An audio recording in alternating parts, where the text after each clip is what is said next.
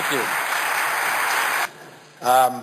I wish that President Obama and Secretary of State Kerry could see this film that we just saw. There is too much in American foreign policy over the years.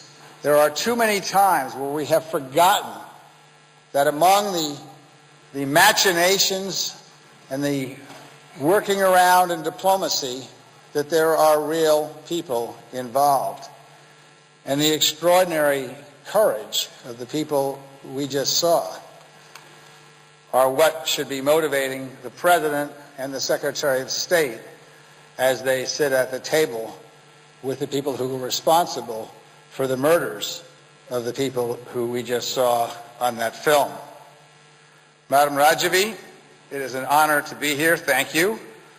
I want to particularly say that there are some people who are even more honored than Madam Rajavi, because I know there are a number of people in this audience who have lost family members, brothers, sisters, parents, children to the murderous regime of the mullahs and to their supplicants and to their stooges, the Iraqis under President Maliki, Prime Minister Maliki.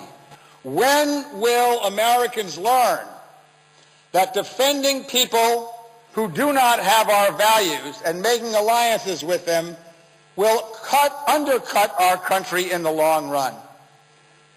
Now, I think it would be great to make a nuclear deal with the mullahs. But I agree with Rudy Giuliani. As he said, we don't agree on a lot of things, but we do agree on this. That a deal, the mullahs we already have made a deal with the mullahs, and they lied. And they continue their nuclear program. So are we to make a deal with the mullahs and sell out 3,000 people who are currently in what amounts to a prison camp that we talked them into going into for the sake of dealing with getting a short-term deal which the mullahs, by their track record, will break? You've heard the record. More executions into the so-called moderate Rouhani than ever before. Public hangings, public whippings, not just of criminals. People are being murdered in Iran because they simply disagree with the mullahs. This is an authoritarian, repressive regime, which is a theocracy. We do not want to tarnish ourselves and undermine our moral standing in the world by making deals with people who will not keep their word, who will not make the world a more peaceful place. And if they say that they will make the world a peaceful place, let them show it by letting the 3,000 people at liberty, let them go and let them be relocated in Europe and the United States as they should be. Let them do that.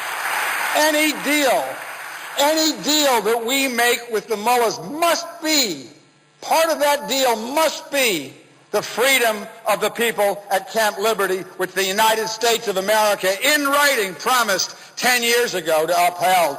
How long can we violate our promises to 3,000 unarmed people while we make deals with people who haven't yet to keep a promise to the United States of America? Let us not sell out our own country and our own principles for the short-term diplomatic success.